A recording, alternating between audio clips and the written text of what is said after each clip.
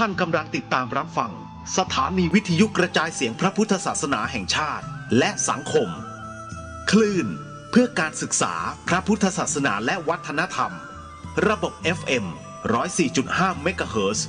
รายการต่อไปเป็นรายการพลังแห่งชีวิตดำเนินรายการโดยสุนัย เหล่าหาวิวัฒน์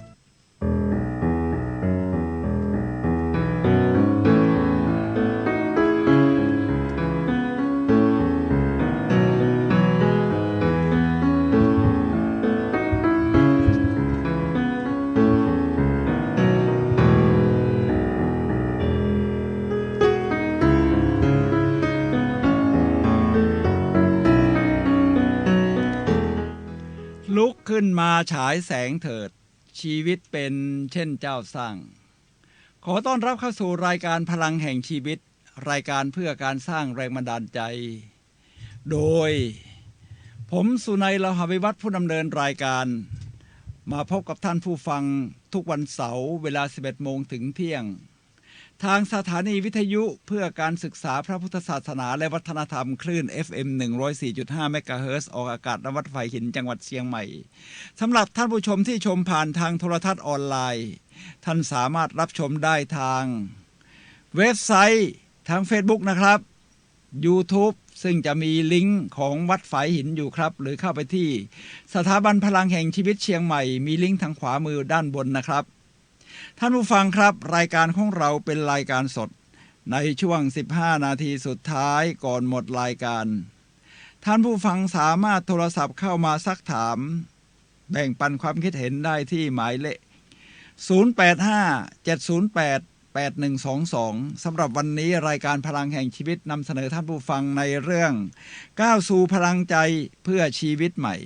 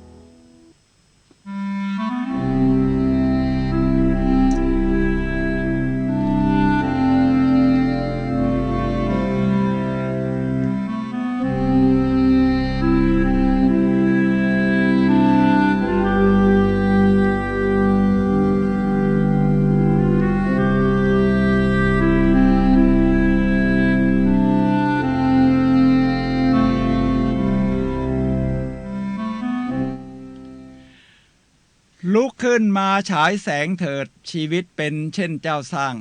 ขอต้อนรับเข้าสู่รายการพลังแห่งชีวิตครับโดยผมสุนัย เหล่าหาวิวัฒน์ผู้ดำเนินรายการครับวันนี้เราจะคุยกันในเรื่องก้าวเข้าสู่พลังใจเพื่อชีวิตใหม่ท่านผู้ฟังครับการก้าวเข้าสู่พลังใจเพื่อชีวิตใหม่ผมเห็นว่าเป็นเรื่องสำคัญสำหรับพวกเราทุกคนนะครับเพราะว่าพลังใจเป็นสิ่งที่เราจะใช้เป็นทั้งเชื้อเพลิงเส้นทางนำทางชีวิตนะครับท่านผู้ฟังครับเพื่อที่จะก้าวไปข้างหน้าอย่างมาดมั่นมีความหมายและเพื่อสู่ชีวิตใหม่นะครับเพราะว่าเราต้องสร้างความยอดเยี่ยมให้กับชีวิตเพื่อเป็นประโยชน์กับทั้งตนเองและผู้อื่นครับไม่ว่าเราจะอยู่ในสภาพแบบไหนครับท่านผู้ฟังครับพลังใจแบบนี้เป็นสิ่งที่เราจะต้องก้าวเข้าไปหาพลังใจเป็นเรื่องอะไรครับเป็นเรื่องที่อยู่ภายในนี่ครับเพราะเป็นเรื่องของจิตใจอยู่แล้วครับท่านผู้ฟังครับเพราะว่าพลังใจนี่แหละครับที่จะทำให้เราก้าวไปไหนๆได้ด้วยท่าทีที่มุ่งมั่นทีนี้ถ้าเราจะดูพลังใจนะครับเราจะดูได้ยังไงครับตั้งแต่แววตานี่แหละครับท่านผู้ฟังครับแววตาสีหน้ามีชีวิตชีวาไหม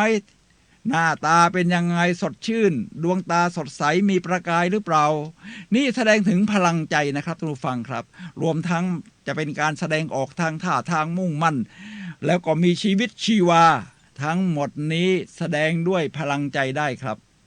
แล้วจะก้าวไปสู่ชีวิตใหม่อย่างไรครับท่านผู้ฟังครับชีวิตของเรานั้นต้องพัฒนาไปเรื่อยๆอย่างแน่นอนเริ่มตั้งแต่บรรพบุรุษของเราตั้งแต่สมัยยังอยู่ในถ้ำนี่แหละครับเราก็ค่อยๆก้าวพัฒนาเข้ามาในฐานะโฮโมซาเปียนซึ่งเป็นสายพันธุ์มนุษย์เดียวที่ยังเหลืออยู่ในโลกนี้เนี่ยนะครับเพราะโฮโมแปลว่ามนุษย์ซาเปียนแปลว่าฉลาดอย่างยอดเยี่ยมแล้วก็เราก็มีการพัฒนาก้าวไปสู่ชีวิตใหม่เป็นระย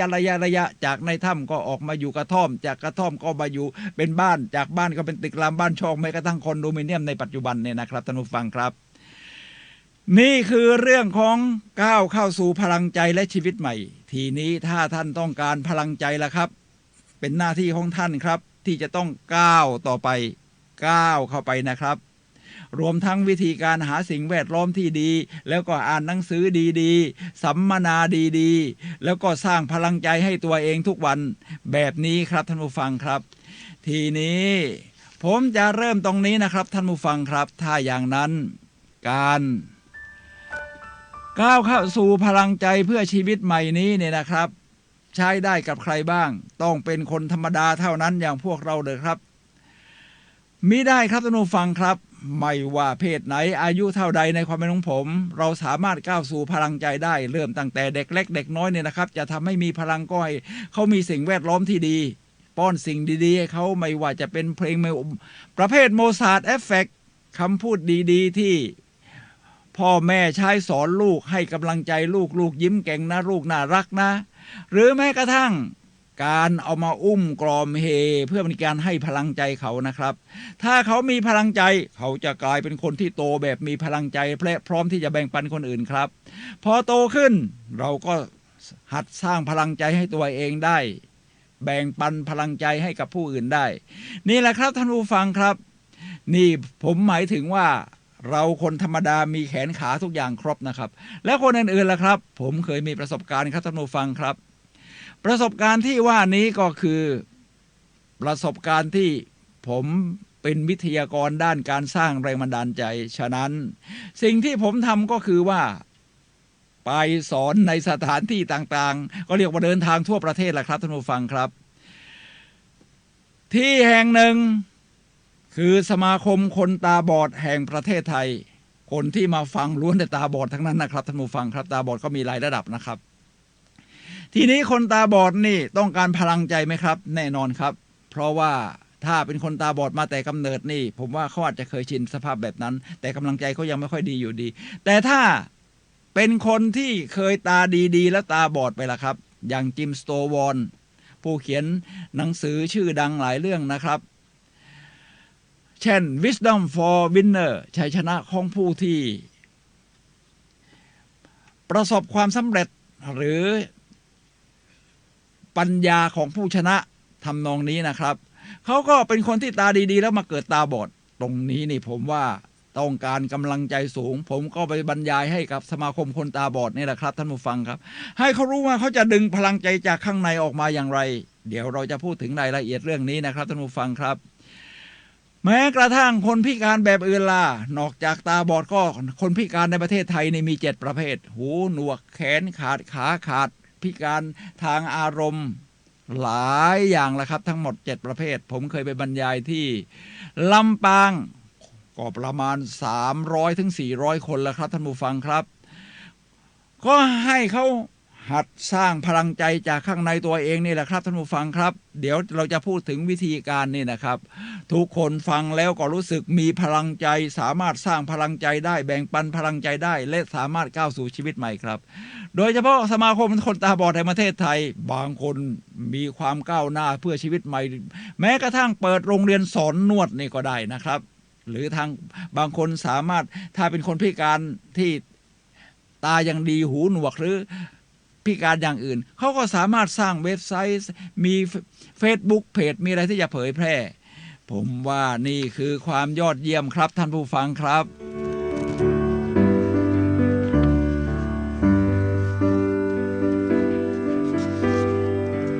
ท่านผู้ฟังครับทีนี้ผมจะพูดถึงเมื่อวานนี่เองกับเมื่อ2 วันก่อนนู้นผมไปเป็นวิทยากรให้กับสถานที่หนึ่ง ท่านผู้ฟังครับก็คือเรือนจำกลางจังเชียงใหม่แน่นอนครับผู้ต้องขังนี่ก็มีจำนวนมาก 7,000 กว่าคนแต่ว่าเรามีโครงการหนึ่งครับที่เรียกว่าถ้าคนที่อยู่ในเรือนจำนี่เรียกว่าเขาก็ไม่มีเสรีภาพที่จะไปไหนมาไหนได้บางคนนี่เข้าไปหดหู่ตรอมใจอะไรทำนองนี้นะครับผมก็คิดว่าสิ่งแบบนี้สามารถที่จะสร้างพลังใจได้แล้วผมบังเอิญโชคดีครับท่านผู้ฟังครับที่สโมสรฝึกการพูดแห่งรานาไทยได้ร่วมมือกับเรือนจำกลางเชียงใหม่นี่นะครับไปจัดฝึกอบรมหลักสูตรหนึ่งซึ่งก็ชื่อตรงตามนี้เลยครับเหมือนเรื่องที่เรากำลังคุยกันอยู่ก็คือก้าวสู่ชีวิตใหม่นี่นะครับโดยเริ่มตั้งแต่การสร้างพลังใจเรียกว่าก้าวสู่พลังใจเพื่อชีวิตใหม่เป็นหลักสูตรที่สอนให้กับผู้ต้องขังจำนวนทั้งหมด44คนโดยทางเรือนจำนี่เขาก็กันกรองมาแล้วนะครับหลักสูตรนี้เป็นหลักสูตร6วันครับผมไปสอนมาแล้ว2วันฉะนั้นถ้าเขาได้รับพลังใจในทางบวกที่ดีพร้อมที่ถ้าพ้นโทษแล้วสามารถที่จะก้าวออกสู่สังคมอย่างเต็มภาคภูมิเพื่อชีวิตใหม่ที่ดียอดเยี่ยมขึ้นจากที่เคยทำผิดแบบเดิมๆก็เข้าไปสู่พลเมืองดีนี่แหละครับแล้วสิ่งที่เราไปพูดคุยกันเรื่องก้าวสู่พลังใจเพื่อชีวิตใหม่เป็นอย่างไรบ้างเดี๋ยวผมจะพูดถึงรายละเอียดครับท่านผู้ฟังครับ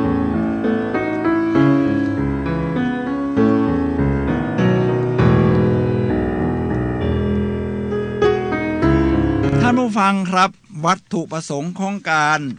จัดฝึกอบรมครั้งนี้นะครับก็คือเพื่อฟื้นฟูจิตใจเยียวยาอดีตเพิ่มพลังใจกลายเป็นคนที่มีแรงบันดาลใจ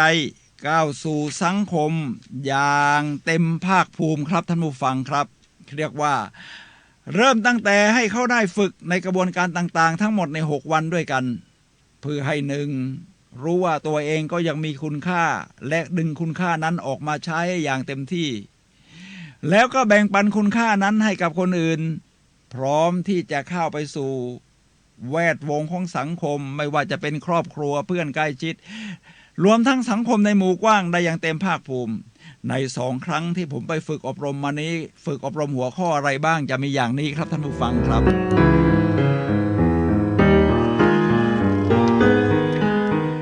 ในครั้งที่1เราจะเรียนรู้เพื่อเข้าใจกรอบของจิตใจความคิดสิ่งที่เป็นเราเข้าใจความแตกต่างระหว่างผู้คนยกระดับจิตใจและกรอบความคิดในเรื่องของทั้ง mindset พาราดามและพาราดามชิปคือยกระดับจิตใจเนี่ยนะครับรวมทั้ง proactive ในครั้งที่2ในเรื่องของความนับถือตัวเองค้นหา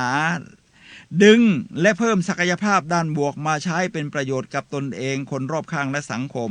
รวมทั้งใช้หลักการของ NLP นะครับที่เราเรียกว่า Point C ศักยภาพที่คุณมี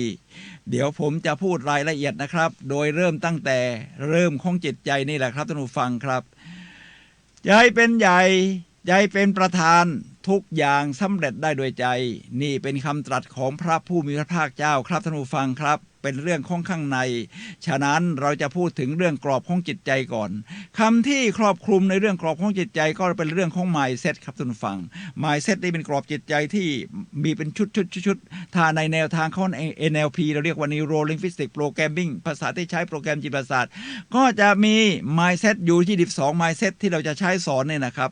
เพราะว่าโดยภาพรวมแล้ว mindset มันแบ่งออกเป็น2แบบก็คือว่า mindset ที่เคยเชื่อว่าฉันเกิดมาแบบนี้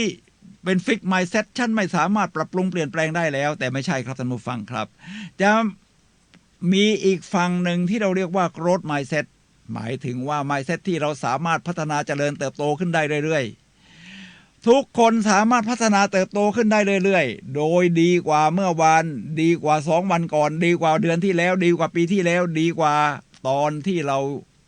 อายุอย่างน้อยๆดีขึ้นไปเรื่อยๆเพราะแบบนี้แหละครับมนุษย์เราโฮโมซาเปียนถึงได้วิวัฒนาการเพราะเรามี mindset ที่เราเชื่อว่าสามารถพัฒนาได้เพิ่มได้เติบโตได้แล้วทีนี้มาก้าวเข้าสู่พาราดามครับท่านผู้ฟังครับสักครู่เดียวครับ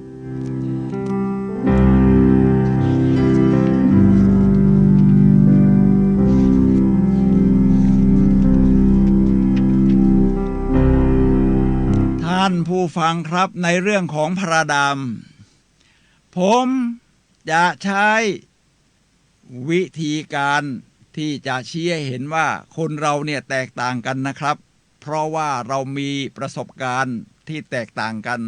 เพราะเราไม่ทราบว่าแต่ละคนนั้นเขาผ่านประสบการณ์หรือเหตุการณ์อะไรกันมาบ้างเหตุการณ์เหล่านั้นแหละครับจะฝังเป็นกรอบพระดามที่ทำให้เขาแสดงออกเป็นนิสัยในปัจจุบันแต่ละคนถ้าเรายอมรับว่าแตกต่างกันจากคนอื่นรวมทั้งเราต่างจากคนอื่นคนอื่นต่างจากเราได้ถ้าเรารู้ว่าเรามีพระดามแบบนี้ที่ฝังมาตลอดเวลายาวนานเราจะเพิ่มเรียกว่าพัฒนาเป็นพระดามชิปยกพระดามของเราที่เป็นกรอบความคิดที่กำหนดเป็นนิสัยเราเนี่ยให้มันสูงขึ้นได้ไหมได้ครับท่านผู้ฟังครับ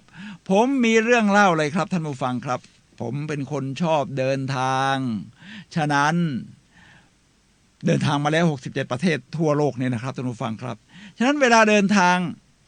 มันก็มีบางครั้งเหมือนกันที่เครื่องบินเขาดีเลย์ไปถึงว่าออกช้ากว่ากำหนดที่เป็นไปในตารางนะครับท่านผู้ฟังครับถึงตรงนั้นอาจจะเป็นชั่วโมง2ชั่วโมง3ชั่วโมงผมยังเคยพบเลยพอมีหญิงสาวคนหนึ่งครับที่แกเป็นนักเดินทางเหมือนกันพอเครื่องบินประกาศว่าจะต้องดีเลย์เธอก็ไม่รู้จะทำอะไรเดินไปตามร้านช็อปต่างๆเพื่อช้อปปิ้งก็เจอร้านคุกกี้ขายขนมก็ซื้อคุกกี้มาครับพอซื้อคุกกี้มาเดี๋ยวฉันจะกินให้อร่อยระหว่างที่รอเครื่องบินนี่นะก็เดินไปหาที่นั่งบังเอิญที่นั่งว่างอยู่ที่นั่งหนึ่งแต่ตรงที่ข้างๆที่นั่งว่างนั้นมีชายหนุ่มอยู่คนหนึ่งนั่งอยู่เธอไปถึงก็นั่งแมะแล้วก็แกะคุกกี้หยิบมากินชิ้นหนึ่งหญิงสาวคนนั้นกินอย่างอร่อยแต่ท่านผู้ฟังครับชายหนุ่มที่นั่งอยู่ข้างๆก็หยิบคุกกี้ในถุงนั้นขึ้นมากินเหมือนกันป๊อบเธอรู้สึกไม่ค่อยพอใจเท่าไหร่เธอก็รีบกินนะครับมับผู้ชายก็รีบกินเหมือนกันเธอหยิบชิ้นผู้ชายหยิบชิ้นเธอผู้ชายหยิบชิ้นหยิบไปเรื่อยๆเธอก็ยิ่งโกรธจัดเพราะมันหมดเร็วเกินไปแล้วได้กินไม่เต็มถุงเธอเห็นว่ามันเหลือชิ้นสุดท้ายเธอทำยังไงครับท่านผู้ฟังครับเธอก็ยังไม่ทันทำอะไรผู้ชายนั้นก็หยิบชิ้นสุดท้ายขึ้นมาหักเป็น2ท่อนเอาแบ่งให้เธอท่อนหนึ่งอีกครึ่งหนึ่งใส่ปากตัวเองเท่านี้พอเธอหยิบได้มาครึ่งหนึ่งรีบเคี้ยวมาพร้อมต้องโกรธอย่างจัดเลยว่าคนอะไรหน้าตาก็พอดูได้นะเนี่ยแต่ว่าทำไมไม่มีมารยาทเสียเลยแม้กระทั่งชิ้นสุดท้ายอย่ามาเอาของฉันไปครึ่งหนึ่งสักพักสายการบินประกาศเรียกขึ้นเครื่องครับเธอก็รีบเก็บเป้เก็บกระเป๋าที่สะพายเดินขึ้นเครื่องเดินป๊บพอเข้าไปในห้องผู้โดยสารก็จะมีเขาเรียกว่าที่วางของชั้นบนในเคบินนี่นะครับ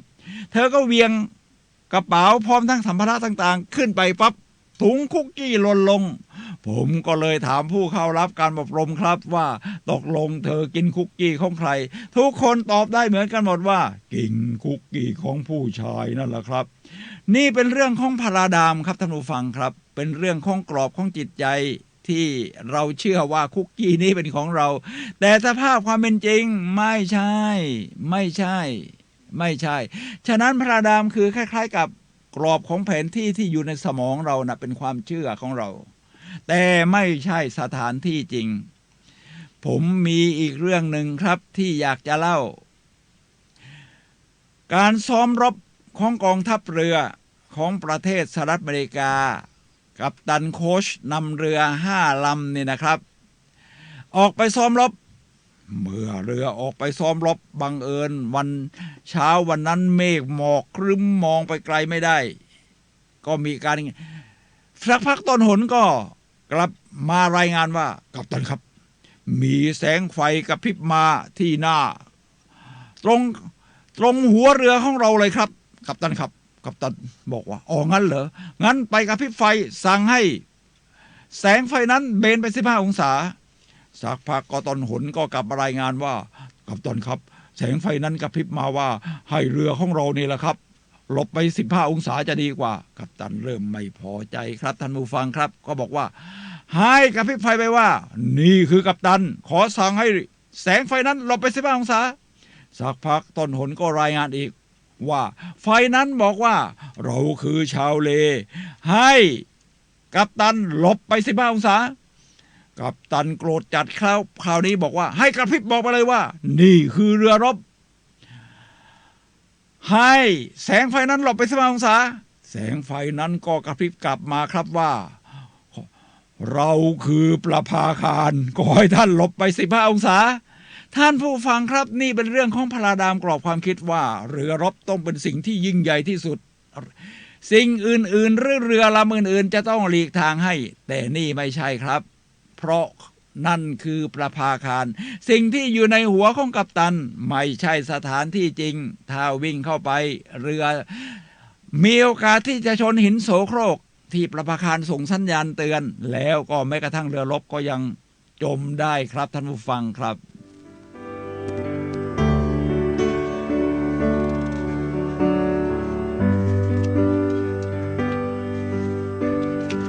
ท่านผู้ฟังครับผมจะให้ท่านดูภาพนี้นะครับ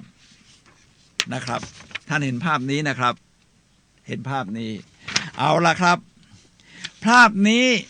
เป็นน้ำที่อยู่ในแก้วผมก็ถามผู้เข้ารับการอบรมนี่แหละครับว่าท่านคิดอย่างไรกับน้ำในแก้วนี้คราวนี้ก็ตอบกันไม่ค่อยได้ผมก็เลยต้องถามใหม่ให้ง่ายขึ้นว่าใครคิดว่าน้ำหายไปครึ่งแก้วก็มีคนยกมือครับแล้วก็ถามอีกครั้งหนึ่งว่าใครคิดว่าน้ำเหลือตั้งครึ่งแก้วก็มีคนยกมือครับผมเพียงแต่แสดงให้เห็นว่าที่เราใช้ตัดสินในการดูภาพที่ผมให้ดูเมื่อสักครู่นี้นะครับว่าน้ำมันเหลือเท่านี้จริงๆแต่ท่านจะตอบสั่งหนองอย่างไรนั้นขึ้นอยู่กับพาราดามของท่านครับว่าท่านสั่งสมสิ่งที่เป็นบวกหรือลบมามากขนาดไหนคนที่มีทัศนคติที่ไม่ค่อยดีนักก็จะบอกว่าน้ำหายไปตั้งครึ่งแก้วแต่คนที่มีทัศนคติที่ยอดเยี่ยมก็บอกว่าน้ำเหลืออีกตั้งครึ่งแก้วพอให้เราได้ใช้ดื่มได้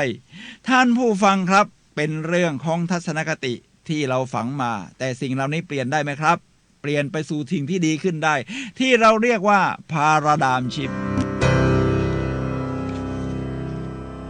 ท่านผู้ฟังครับอีกตัวอย่างหนึ่งคราวนี้ผมจะให้ท่านดูรูปนี้นะครับท่านผู้ฟังครับถ้าท่านดูทางบ้านสดๆก็จะเห็นรูปนี้เลยในรูปนี้นะครับอันบนเนี่ยนะครับดูอันบนก่อนในด้านบนนี้ผมก็จะแบ่งผู้เข้าอบรมเป็น2 ซีกหนึ่งให้ยืนหันหลังไปห้ามดูจออีกซีกหนึ่งนั่งดูจอได้เขาก็จะเห็นภาพที่ท่านเห็นนี่แหละครับเสร็จแล้วให้ที่ยืนอยู่หันกลับมาแล้วนั่งลงได้ส่วนที่นั่งอยู่ยืนขึ้นหันหน้าไปทางด้านโน้นห้ามแอบมาดูนะพวกที่ไม่ได้เห็นภาพเมื่อสักครู่นี้ผมก็ให้เขาดูภาพนี้ครับท่านผู้ฟังครับภาพนี้ประมาณนี้ครับภาพนี้ครับพอเขาดูสักพักหนึ่งผมก็ให้พวกที่ยืนอยู่หันกลับมาพร้อมทั้งให้ดูภาพทั้ง2 กลุ่มดูภาพสุดท้ายครับนี่ตามนี้ครับหน้าจอเนี่ยนะครับเนี่ยประมาณนี้ครับในภาพสุดท้ายนี้ผมก็ถามว่าเอาละที่นั่งอยู่ทั้งหมดนี้ให้ออกความเห็นที่ว่าท่านเห็นอะไรอยู่ในภาพนี้ฝั่งหนึ่งก็บอกว่าเห็นสาวสวยครับผมอีกฝั่งก็บอกเห็นหญิงแก่หน้าตาน่าเกลียดใครไปหมดครับผมทั้ง2 ฝั่งก็โต้แย้งกันใหญ่ครับผมก็เลยต้องอธิบายไปว่านี่ท่านตัดสินใจภาพรวมภาพนี้นี่นะครับจากภาพนี้นะครับจากพาราดามของท่านที่ถูกฝังเข้าไปนี่ผมฝังแค่สั้นๆนะว่าฝังภาพหญิงสาวก่อนกลุ่มหนึ่งอีกกลุ่มหนึ่งฝังเป็นภาพหญิงแก่แล้วเอามา2 ภาพมารวมกันท่านก็จะเห็นเฉพาะสิ่งที่บุญอยู่ในหัวของท่านนี่แหละครับท่านผู้ฟังครับนี่คือพาราดามที่แม้ผมจะฝังไปแค่ช่วงเวลาสั้นๆมันยังกลายเป็นสิ่งที่ท่านใช้ตัดสินสิ่งอื่นๆหรือรูปภาพแม้กระทั่งคนได้แล้วสิ่งที่ท่านสะสมมาตลอดชีวิตล่ะครับท่านไม่ได้ถูกสะสมมาเหมือนกันเหมือนกันทุกคนท่านมาจากครอบครัวที่ต่างกันสิ่งแวดล้อมที่ต่างกันเรียนรู้ไม่เหมือนกันฉะนั้นแต่ละคนก็จะต่างกันจากสิ่งที่ท่านเรียนรู้มาซึ่งมีทั้งบวกปานกลางลบประมาณนี้ครับท่านผู้ฟังครับวิธีการนี้ใช้สอนในมหาวิทยาลัยฮาร์วาร์ดใน Business School หรือที่เราเรียกกันว่า MBA ฉะนั้นเวลาเราสอนแบบนี้นี่ผู้ฟังก็จะเห็นภาพชัดว่าอ๋อพาราดามกรอบความคิดของเรามันเป็นอย่างนี้เราตัดสินผู้คนเนื่องจากของเดิมของเราเป็นอย่างนี้เดี๋ยวเราต้องยกระดับความคิดของเราทำไม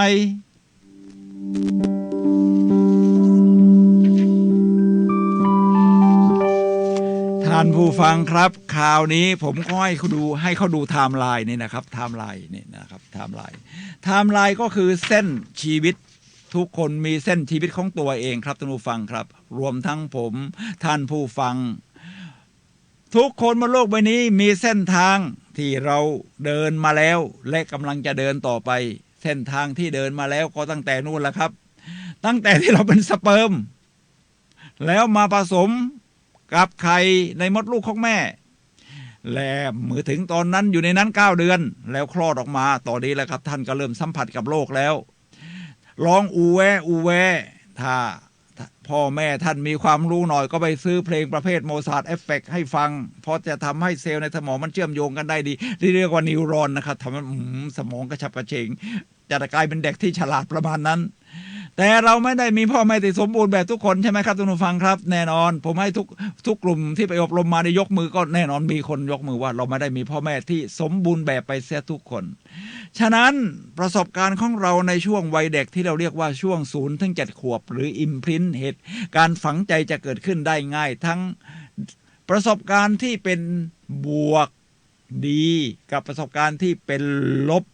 หรือทำให้เราหมดพลังใจช่วงอายุไม่เกิน7 ขวบเหมือนกับผ้าขาวใครเทอะไรใส่เข้ามาท่านก็ซึมซับรับเอาไว้หมดคราวนี้แหละครับพอท่านเข้าเรียน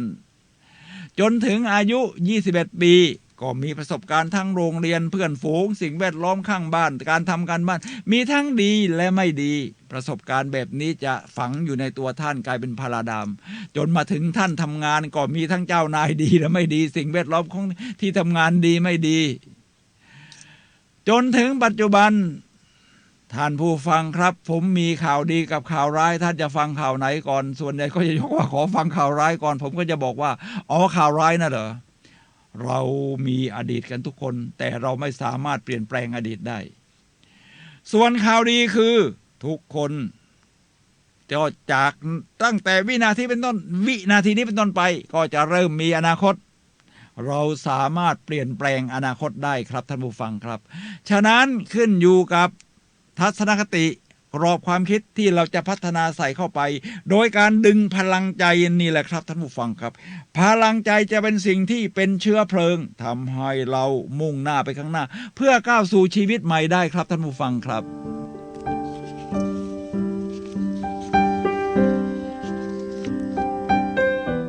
ท่านผู้ฟังครับขณะนี้ท่านกำลังรับฟังรายการพลังแห่งชีวิตรายการเพื่อการสร้างแรงบันดาลใจโดยผมสุนัย ลาหาวิวัฒน์ผู้ดำเนินรายการ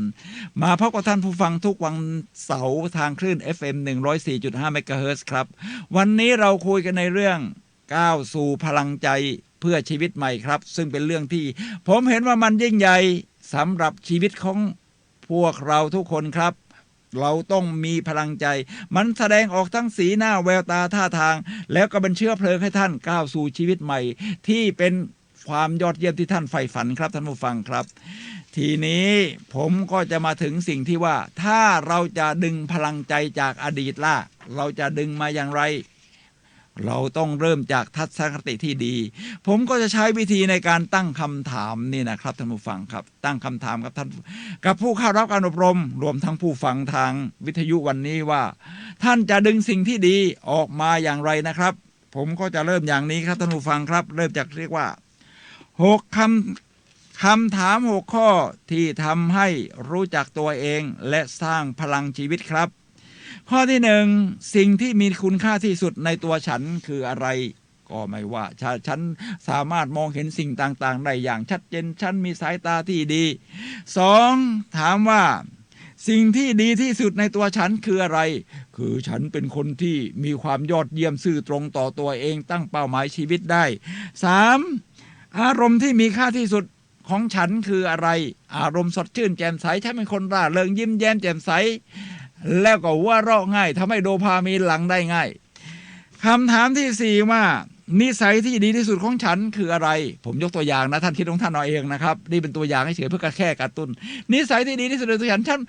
ฉันเป็นคนชอบตื่นเช้านะเวลาตื่นเช้าเราก็ได้ความสดชื่นของอากาศแล้วก็ทำให้ความคิดแจ่มใสพร้อมที่จะเดินหน้าต่อไปครับท่านผู้ฟังครับเรียกว่านิสัยที่ดีคือ ตื่นเช้าขึ้นมามีประโยชน์อย่างที่ผมบอกคือสดชื่นแจ่มใสบรรยากาศอากาศดีพร้อมที่จะสร้างความคิดที่ยอดเยี่ยมแล้วก็เดินหน้าต่อไปในวันนั้นได้ทีนี้มาถึงคำถามที่5ครับว่าฉันพอใจอะไรมากที่สุดหาได้สิ่งบวกนี่นะครับโอ้โหฉันพอใจที่ฉันมีบ้านที่มุงมีหลังคามุงให้สามารถกันแดดกันฝนได้มีหมอนนุ่มมีที่นอนนุ่มโอ้รู้สึกขอบคุณ gratitude นะทั้งพอใจไม่ว่าจะเป็นถ้าเทคโนโลยีสมัยใหม่ก็เป็นสมาร์ทโฟน iPad iPhone ทำนองนี้ครับท่านผู้ฟังครับคำถามสุดท้ายว่าฉันให้คุณค่าสูงสุดกับสิ่งใดนี่อาจจะเป็นนามธรรมสักนิดหนึ่งเช่นคุณค่าคือวิสัยทัศน์ของผมมีวิสัยทัศน์ที่จะช่วยแบ่งปัน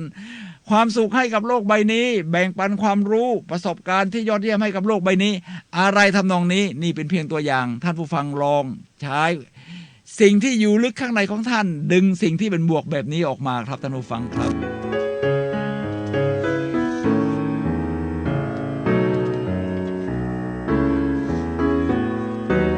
ท่านผู้ฟังครับคราวนี้ผมก็จะไปพูดกับผู้เข้ารับอบรมในเรื่องของ proactive นี่หมายความว่า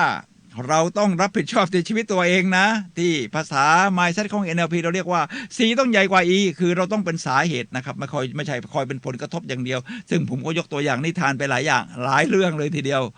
เอาละเราต้องเป็น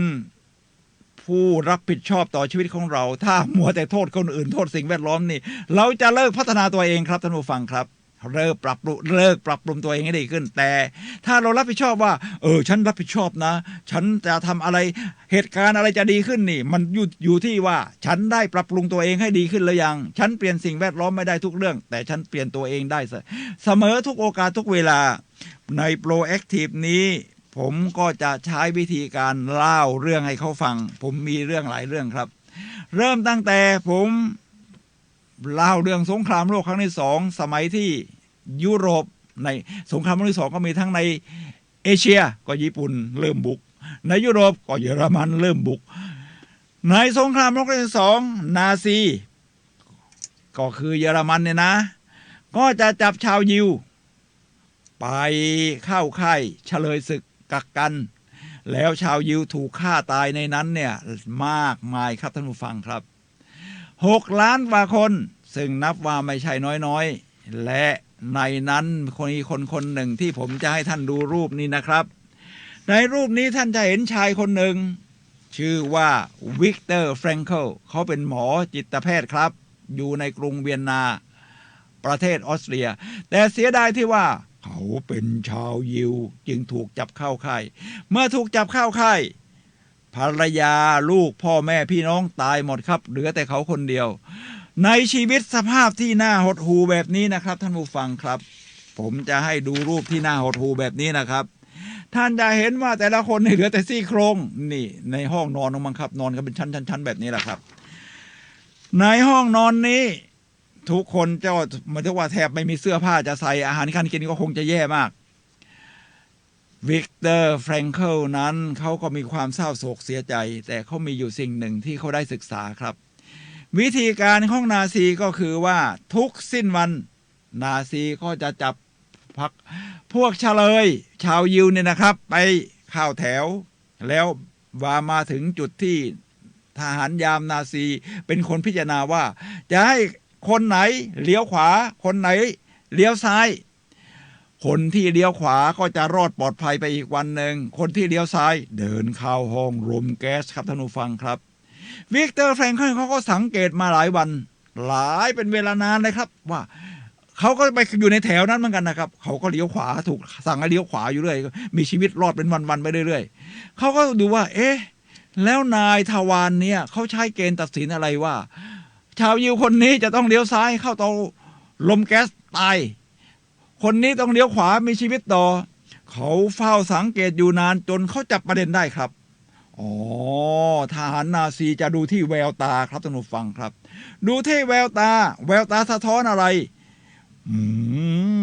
คนนี้มีจุดมุ่งหมายในชีวิตไหมมีพลังอยู่บ้างไหมมีพลังชีวิตเหลืออยู่หรือเปล่าถ้ามีพลังอาจจะเลี้ยงง่ายไม่หดหู่ไม่ต้องมียารักษาโรคมากก็เลี้ยวขวา คนนี้หมดพลังครับสายตามันฟ้องเลยว่าหมดอะไรตายอยากท้อแท้ต่อชีวิตหมดความหวังหมดจุดมุ่งหวังแล้วเลี้ยวซ้ายเข้าต่อลมแก๊สเขาเลยได้ข้อทั้งประเด็นสำคัญที่มากก็คือว่าถ้าท่านอยู่ในที่อับจนอะไรก็ตามแต่ท่านเปลี่ยนสิ่งแวดล้อมไม่ได้ท่านต้องดึงพลังแห่งชีวิตของตัวเองออกมาคือในเรื่องของการสร้างจุดมุ่งหมายในชีวิตครับสร้างจุดมุ่งหมายในชีวิตทำให้วิกเตอร์แฟรงเคิลเขาเขียนหนังสือเล่มหนึ่งขึ้นมาที่ชื่อว่า Man Search for Meaning Man Search for Meaning คือผู้ชายหรือคนผู้ซึ่งค้นหาความหมายของชีวิตครับท่านผู้ฟังครับ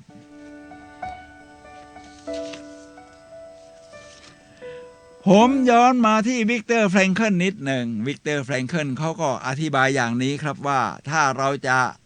หาพลังชีวิตแบบนี้มนุษย์มีสิ่งหนึ่งที่พิเศษมากเรียกว่าอิสรภาพในการเลือกคือเลือกตัดสินใจอยู่ข้างในนะอาจจะยังไม่แสดงออกให้ใครเห็นก็ได้คือปกติมนุษย์ก็จะมีสิ่งกระทบเข้ามาพอกระทบเราก็สนองตอบทันทีตามพาราดามของเราที่เราเคยถูกฝังมาตั้งแต่อดีตนี่แหละครับฝังมาเรื่อยๆจนกลายเป็นนิสัยเราสะท้อนแบบอัตโนมัตินะแต่วิกเตอร์แฟรงเคิลบอกว่าจะมีอยู่จุดตรงกลางถ้าท่านมีสตินี่ท่านสามารถที่จะมีสติกันกรองเลือกได้ครับว่าเราจะสะท้อนแบบไหนจึงมีคำพูดที่ว่าสิ่งที่เกิดขึ้นกับเราไม่สำคัญเท่าการตอบสนองของเราต่อสิ่งที่เกิดขึ้นครับถ้าเป็นศาสนาพุทธของเราแน่นอนครับคือสติสำนึกรู้ตัวสติสัมปชัญญะนี่แหละครับว่าเรายังมีสติอยู่กันกรองยังไงเวลาผมฝึกอบรมผมก็มีกิจกรรมนะครับเช่นเข้าแถวเป็นวงกลมสั่งให้คนจับมือกันเอาไว้สั่งให้ก้าวไปทางขวาก็ขวาก้าวไปทางซ้ายก็ซ้ายก้าวมาข้างในก้าวขยายออกผมก็บอกว่าให้มีสติให้ดีนะต่อไปนี้จะให้ท่านทำตรงกันข้ามกับที่ผมบอกก้าวไปทางขวาแต่คุณต้องก้าวไปทางซ้ายทีแรกๆก่อนเลื่อนหลงกันบ้างครับเพราะพระดาบถูกสั่งว่าต้องทำอย่างนี้ตอนหลังๆเขาก็อยากถูกทำสิ่งตรงข้ามได้นี่เป็นเรื่องของการเลือกครับท่านผู้ฟังครับ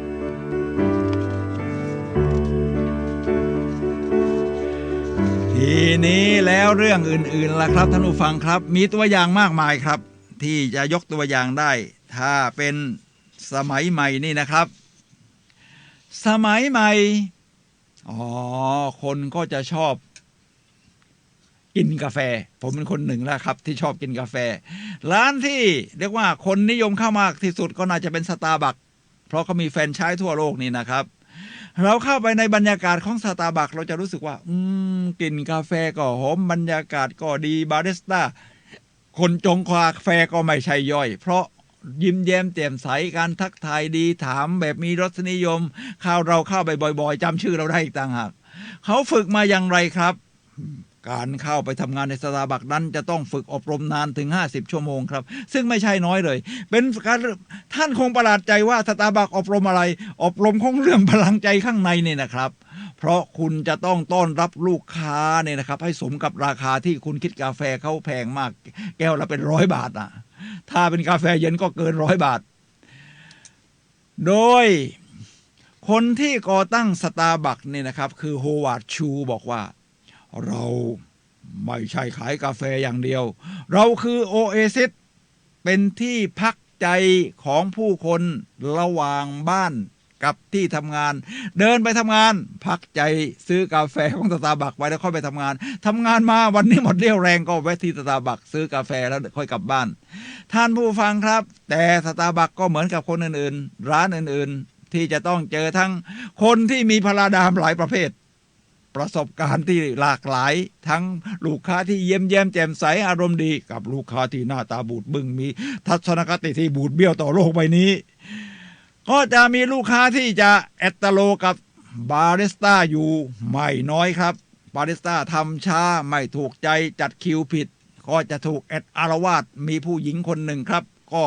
เป็นบาริสต้าถูกลูกค้าดุจนแกร้องไห้ต้องวิ่งเข้าไปหลังร้านนะครับแล้วก็ซับน้ำตามีคนหนึ่งที่ยกมาเป็นเรื่องเล่าเรื่องนี้ชื่อว่าทราวิสลีดเขาเป็นผู้จัดการอยู่ที่สาขานี้ครับเขาเป็นเด็กเกเรมาก่อนพ่อแม่เขาก็ติดไฮโรอีนแล้วก็ตายไปก็เหลือแต่เขาที่ต้องเลี้ยงดูตัวเองอะไรทำนองนี้นะครับเขาก็พยายามปรับตัวเป็นคนดีพออบรมที่สตาร์บัคพลังใจเขาเพิ่มขึ้นมามากครับท่านผู้ฟังครับทัศนคติด้านบวกเพิ่มขึ้นเขาก็เลยบอกว่าถ้าอย่างนั้นเอาละ เดี๋ยวเราจะบอกกับบาริสต้าผู้หญิงคนนี้ว่าจะทำอย่างไรบอกว่าอย่าตกใจกลัวร้องห่มร้องไห้ไปถึงขนาดนี้เลยเพราะว่าผ้ากันเปื้อนสีเขียวของเรานี่คือเกราะกำบังที่จะป้องกันไม่ให้สิ่งที่ไม่ดีเข้ามาถึงตัวเราได้จงเข้มแข็งเข้าไว้ท่านผู้ฟังครับนี่คือเรื่องของพลังใจท่านผู้ฟังครับเหมือนกับที่วิกเตอร์แฟรงเคิลได้กล่าวเอาไว้ว่าถ้าจะให้เลือกสิ่งต่างๆ3สิ่งนี้ท่านจะคิดว่าสิ่งไหนดีที่สุดครับ1ประสบการณ์2ความคิดสร้างสรรค์3ทัศนคติที่ดีท่านเลือกอะไรครับเวลาอบรมผมก็ให้แต่ละคนเลือกคนก็เลือกโน่นเรื่องนี้ผมก็เฉลยสั้นๆว่าเรื่องของสตาร์บัคนี่เป็นเรื่องของทัศนคติล้วนๆครับทัศนคติว่าแม้ก็เอามาใช้กับสมมุติกับผ้ากันเปื้อนสีเขียวว่านี่คือเกราะกำบังสิ่งที่ทำให้เราเจ็บช้ำน้ำใจเข้ามาไม่ได้จงเข้มแข็งเข้าไว้ครับท่านผู้ฟังครับ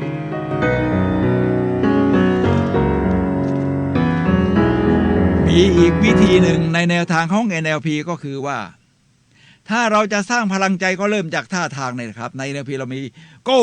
yes go yes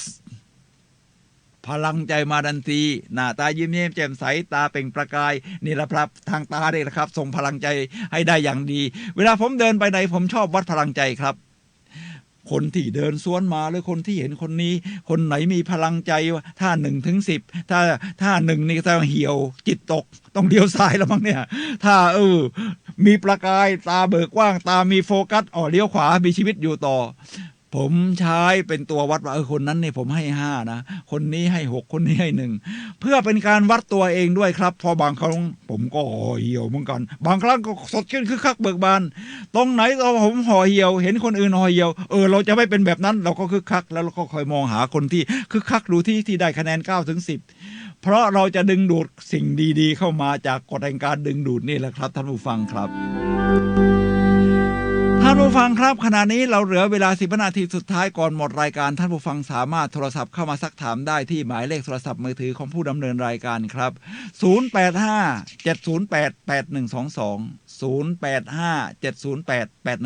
0857088122 ครับท่านผู้ฟังครับพูดถึง Proactive ผมจะก้าวต่อไปแต่ก้าวถอยหลังไปในอดีตนิดนึงเมื่อ 2,000 กว่าปีที่แล้วที่จักรวรรดิโรมันครองยุโรปไว้ทั้งหมดรวมทั้งบางส่วนของแอฟริการอบขอบทะเลเมดิเตอร์เรเนียนจักรพรรดิที่ยิ่งใหญ่คือจูเลียสซีซ่าได้ยกกองทัพเข้าไปทางในเขตเยอรมนีแล้วพอไปถึงปั๊บเมืองนี้ก็ให้ทหารไปลาดตระเวนดูที่ว่ามีช่องทางไหนที่ง่ายดายที่จะบุกเข้าโจมตีทหารไปลาดตระเวนพอได้เวลาพอสมควรเขากลับมารายงานจูเลียสซีซ่าพระเจ้าค่ะเราสำรวจเส้นทางง่ายดายมาหมดแล้วว่าที่จะเข้าโจมตีเมืองนี้ง่ายดายมีไหมไม่มีหรอกครับพระยาค่ะจูเลียสซีซ่าบอกถ้าไม่มีเส้นทางง่ายดายเส้นทางที่จะเข้าโจมตีเมืองนี้ถ้าอย่างนั้นจงสร้างเส้นทางขึ้นมาท่านผู้ฟังครับถ้าไม่มีเส้นทางจะเข้าไปสู่ชีวิตใหม่จงสร้างพลังใจและสร้างเส้นทางขึ้นมาครับ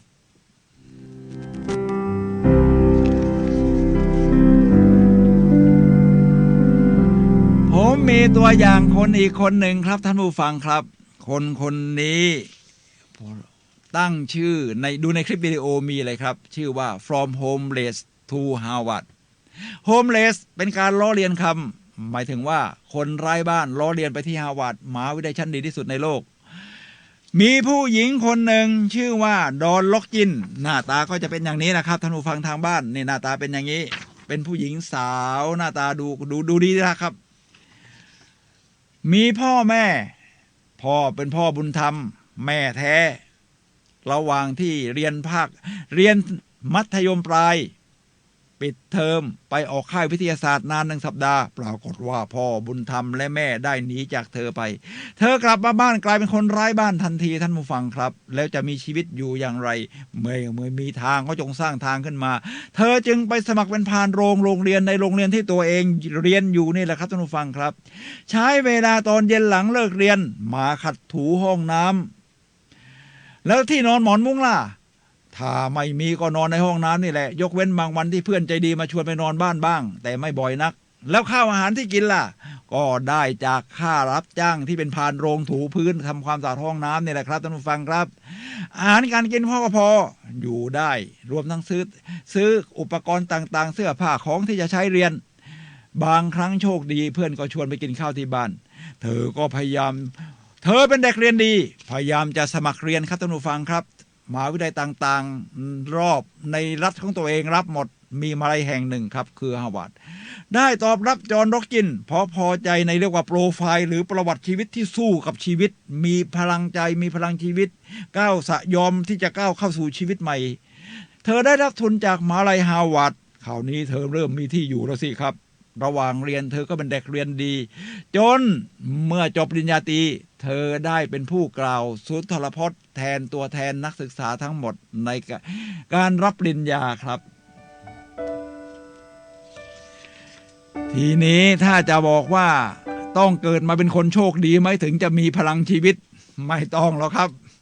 ผมมีตัวอย่างครับผมก็จะถามว่าสตีฟจ็อบส์นี่โชคดีไหมครับท่านผู้ฟังครับท่านใช้ iPhone นี่คนที่เป็นต้นกำเนิดของ iPhone นี่คือสตีฟจ็อบส์โชคไม่ดีหรอกครับระหว่างที่แม่ของเธอท้องสตีฟจ็อบส์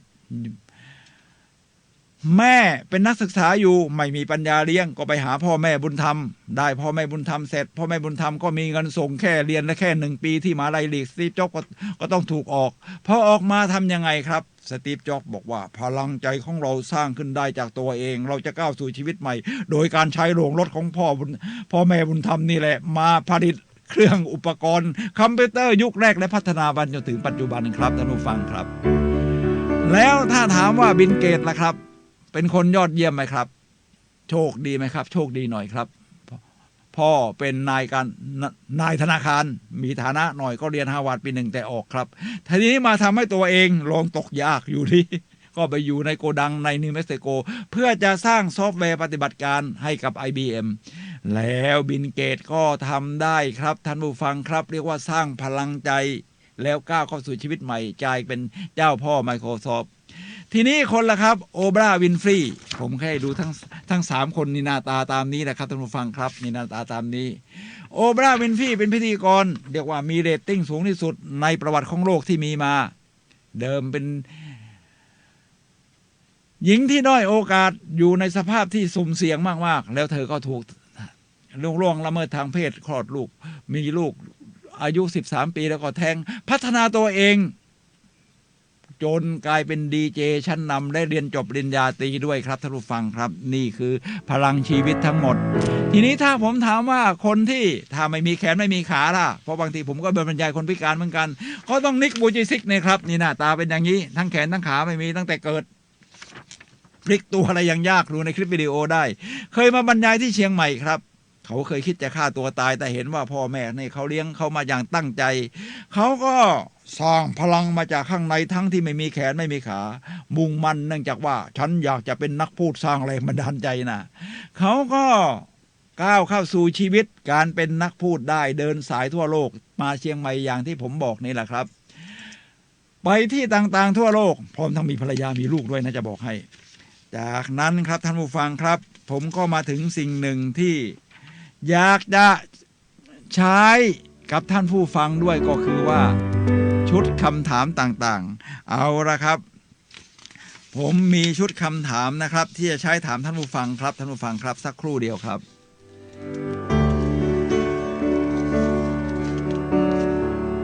ถ้าเราจะดึงสิ่งดีๆเพื่อให้เกิดพลังใจของตัวเองรวมทั้งก้าวเข้าสู่ชีวิตใหม่ที่เป็นเป้าหมายที่ยอดเยี่ยมของเราผมใช้ในการฝึกอบรมครั้งสุดท้ายที่เล่ามานี่แหละครับคือในเรือนจำนี่แหละครับผมก็พอครั้งที่2ผมก็ให้เขาบอกว่าให้บันทึกสิ่งดีๆมา3อย่างในตามหน้ากระดาษแบบนี้นะครับท่านผู้ฟังครับนี่หน้ากระดาษแบบนี้บันทึกสิ่งที่ฉันทำได้ดีเมื่อวานนี้มา3อย่างผมก็เติมไปบอกว่าเมื่อวานซืนนี้ด้วยเพราะว่าเป็นวานซืนนี้เป็นวันแรกที่เขาอบรมกับผมนะเขาก็รู้จักมีชีวิตชีวาสร้างพลังใจขึ้นมาได้แล้วล่ะเริ่มมีจุดมุ่งหวังกับชีวิตบ้างมากขึ้นนะครับ ทุกคนเขียนมาอย่างยอดเยี่ยมครับ บางคนเขียนเกิน3อย่างว่าฉันได้เรียนรู้ประสบการณ์ที่ยอดเยี่ยมฉันได้มองหาด้านบวกของชีวิตได้ผมได้เรียนรู้ที่จะสร้างกำลังใจให้ตัวเองและแบ่งปันให้เพื่อนอะไรทำนองนี้ครับท่านผู้ฟังครับนี่คือความยอดเยี่ยมในการใช้ชุดคำถามในการฝึกอบรมนะครับพอมาถึงชุดคำถามสุดท้ายที่ผมใช้ฝึกอบรมเมื่อวานนี้นะครับก่อนที่จะหมดการอบรมในวันที่2ชุดคำถามนี้หน้าตาจะเป็นอย่างนี้ครับท่านผู้ฟังทางบ้านครับนี่หน้าตาจะเป็นอย่างนี้ครับบอกว่า30 times to make a habit อะไรที่เราทำ30 ครั้งจะกลายเป็นนิสัยคือค่อยๆฝังพระดามเข้าไปนะครับแต่ต้องให้ฝังพระดามที่บวกนะครับผมก็บอกว่าฉันจะสร้างนิสัยที่ดี3อย่างจากศักยภาพที่มีเพราะผมใช้พอยต์4เนี่ยเขาหันไปหาศักยภาพในตัวดึงออกมาเขารู้วิธีแล้วใน7 วันข้างหน้าคือจะมาเจอกันครั้งที่3เนี่ยฉันจะทำอะไรบ้างให้ทุกคนเขียนครับโอ้เขียนแล้วออกมาแชร์แบ่งปันกันผมชอบมากครับบางคนก็บอกว่าผมจะแบ่งปันให้เพื่อนฝูงผมจะยิ้มให้เพื่อนมากขึ้นผมจะเพิ่มความขยันให้ตัวเองมากขึ้นผมจะเรียนรู้มากขึ้นผมจะเรียนให้จบปวสปวชคือในเรือนจำที่เขามีเรียนปวสปวชด้วยนะครับมีสิ่งต่างๆแบบนี้มากมายผมก็ให้เขาเฉลิมฉลองเยสโซเยสกับตัวเองแล้วบอกว่าถ้าอย่างนั้นวันพุธหน้ามาเจอกันแล้วดูซิว่าที่จะทำให้ยอดเยี่ยมขึ้นภายใน7 วันนั้นท่านขยับก้าวหน้าไปถึงไหนครับท่านผู้ฟังครับท่านผู้ฟังครับขณะนี้เรามาอยู่ในช่วงสุดท้ายของรายการพลังแห่งชีวิตผมสุนัย เลาหาวิวัฒน์และรายการพลังแห่งชีวิตขอลาท่านผู้ฟังไปก่อนครับพบกันใหม่วันเสาร์หน้าเวลา 11 โมงถึงเที่ยงสำหรับวันนี้ขอให้ท่านก้าวเข้าสู่พลังใจเพื่อชีวิตใหม่ทุกท่านครับ